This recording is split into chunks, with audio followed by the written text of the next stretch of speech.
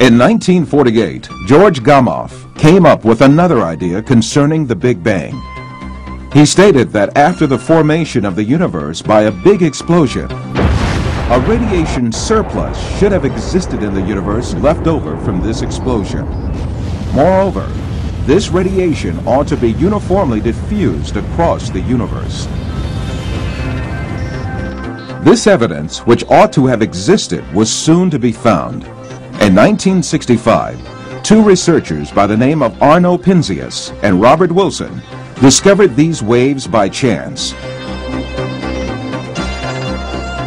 This radiation, called the cosmic background radiation, did not seem to radiate from a particular source, but rather pervaded the whole of space.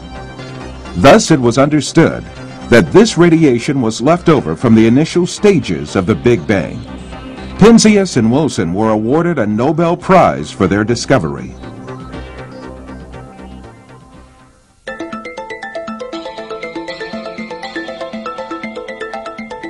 In 1989, NASA sent the Cosmic Background Explorer, COBE satellite, into space to do research on cosmic background radiation.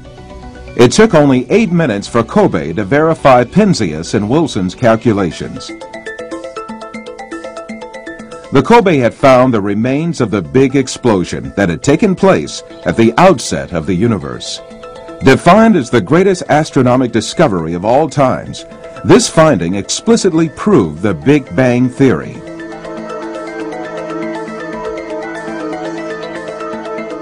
Another important piece of evidence for the Big Bang was the amount of hydrogen and helium in space. In the researches, it was understood that the hydrogen-helium concentration in the universe complied with the theoretical calculations of the hydrogen-helium concentration remaining from the Big Bang. If the universe had no beginning, and if it had existed since eternity, its hydrogen constituent should have already been completely consumed and converted to helium.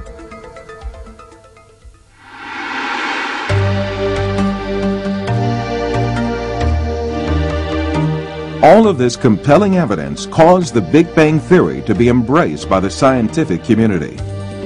The Big Bang model was the latest point reached by science concerning the origin of the universe. Defending the steady-state theory alongside Fred Hoyle for years, Dennis Sciama described the final position they had reached after all the evidence for the Big Bang theory was revealed.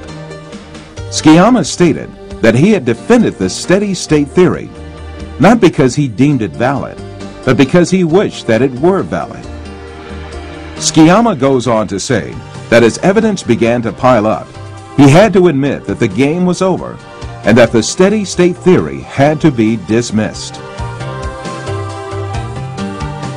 Professor George Abel from the University of California also accepts the ultimate victory of the Big Bang and states that currently available evidence shows that the universe originated billions of years ago with the Big Bang. He concedes that he has no choice but to accept the Big Bang theory. With the Big Bang's victory, the myth of eternal matter that constituted the basis of the materialist philosophy is thrown into the trash heap of history. What then was before the Big Bang? And what was the power that brought the universe into being with this big explosion when it was non-existent?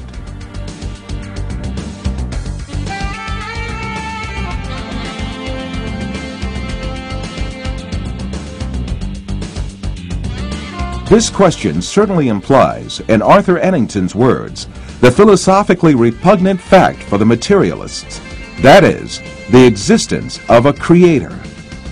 The renowned atheist philosopher Anthony Flew comments on the issue. Notoriously, confession is good for the soul. I will therefore begin by confessing that the Stratonian atheist has to be embarrassed by the contemporary cosmological consensus. For it seems that the cosmologists are providing a scientific proof that the universe had a beginning.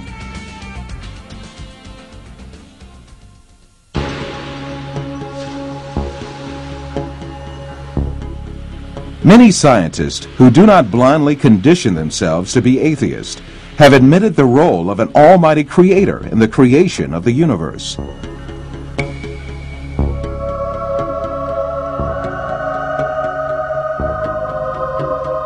This creator must be a being who has created both matter and time, yet who is independent of both.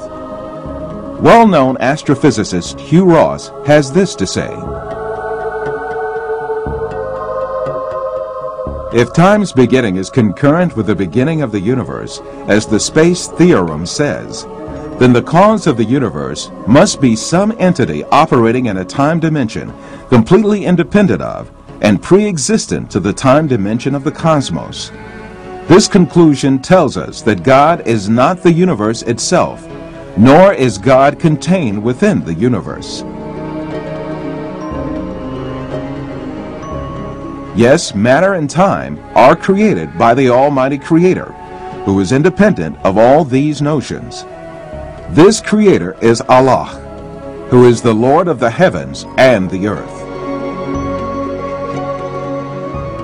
In truth, the Big Bang caused much greater trouble for the materialists than the above confession of the atheist philosopher Anthony Flew. For the Big Bang not only proves that the universe was created out of nothing, but also that it was brought into being in a very planned, systematic, and controlled manner.